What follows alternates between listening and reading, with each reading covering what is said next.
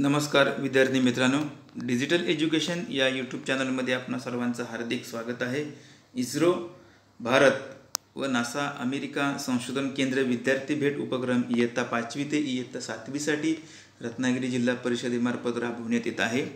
तर या उपक्रमाच्या निमित्तानं जी निवड चाळणी परीक्षा होत आहे, या निवड चाळणी परीक्षेतील घटकानुसार नमुना प्रश्नपेढी भाग 31 आणि यामध्ये आज आपण सजीवांचे वर्गीकरण हा पाठ अभ्यासत आहोत। तर सजीवांचे वर्गीकरण या पाठातील काही आपण निवडक आणि नमुन्यादाखल काही प्रश्नांचा सराव या व्हिडिओच्या माध्यमातून करत असताना आपण या ठिकाणी स्क्रीनवरचा हा पहिला प्रश्न पाहूया।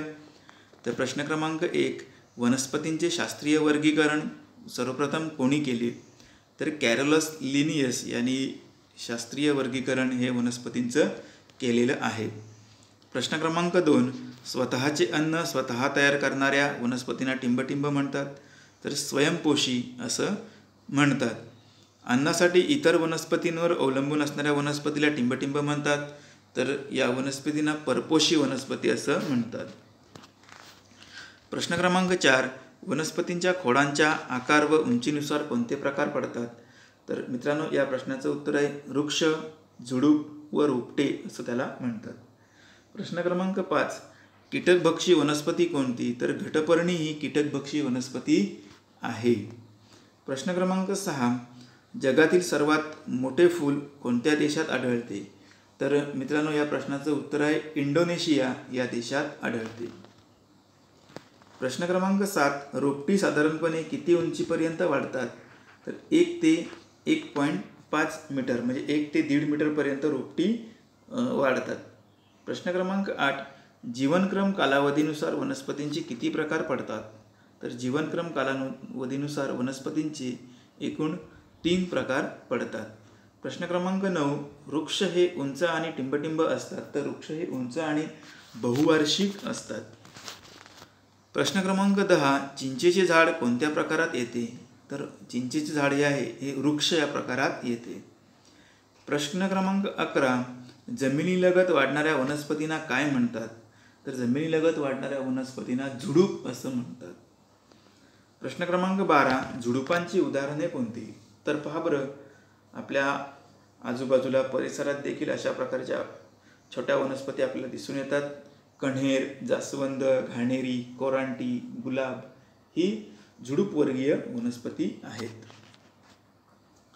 झुडुपे साधारण किती उंच वाढतात? तर 2 ते 3 मीटरपर्यंत ही झुडपं वाढतात। वेलवर्गीय वनस्पती कोणत्या? तर भोपळा, कलिंगड, गारवेल, कावळी, द्राक्षे, काकडी, पडवळ, कारले ही वेलवर्गीय वनस्पती या आहेत। प्रश्न क्रमांक 15, ज्या वनस्पतींना फुले येतात त्यांना टिंबटिंब म्हणतात, तर त्यांना सपुष्प वनस्पती असे म्हणतात। प्रश्न क्रमांक 16, ज्या वनस्पतींना फुले येत नाहीत त्यांना टिंबटिंब म्हणतात, तर त्यांना अपुष्प वनस्पती असं म्हणतात। प्रश्न क्रमांक 17, जगातील सर्वात लहान फूल कोणते? तर उल्फिया हे जगातील सर्वात लहान फूल आहे। प्रश्न क्रमांक 18, अळंबी ही कोणत्या प्रकारची वनस्पती आहे? तर अळंबी ही अपुष्प वनस्पती आहे। प्रश्न क्रमांक 19, पॅरामेशियम हा कोणत्या प्रकारचा सजीव आहे? तर पॅरामेशियम हा एकपेशीय सजीव आहे। प्रश्न क्रमांक 20, अस्वल हा कोणत्या प्रकारचा प्राणी आहे? तर बहुपेशीय प्राणी म्हणून अस्वल हा आहे। प्रश्न क्रमांक 21, पाठीचा कणा असणाऱ्या प्राण्यांना काय म्हणतात?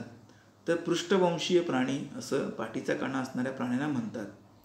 पाठीचा कणा नसणाऱ्या प्राण्यांना काय म्हणतात?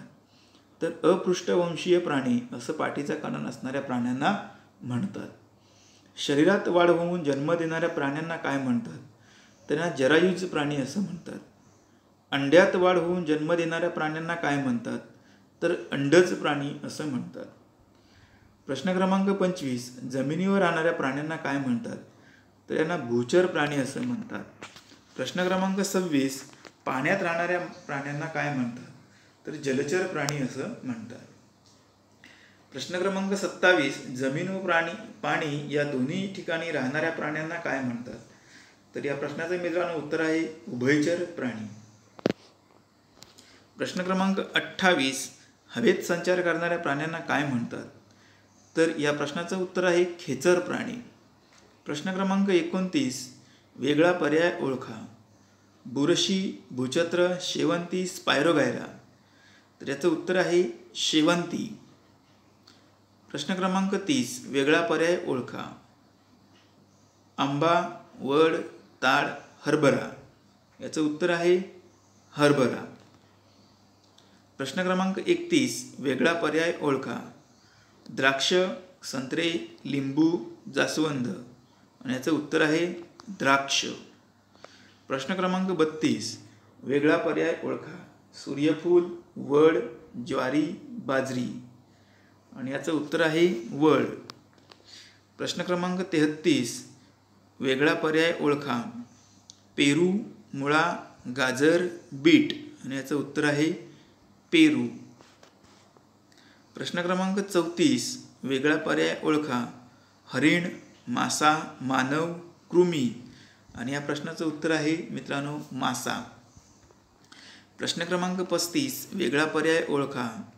आणि या प्रश्नाचे पर्याय आहेत बेडूक, सॅलॅमेंडर, फुलपाखरू, टोड.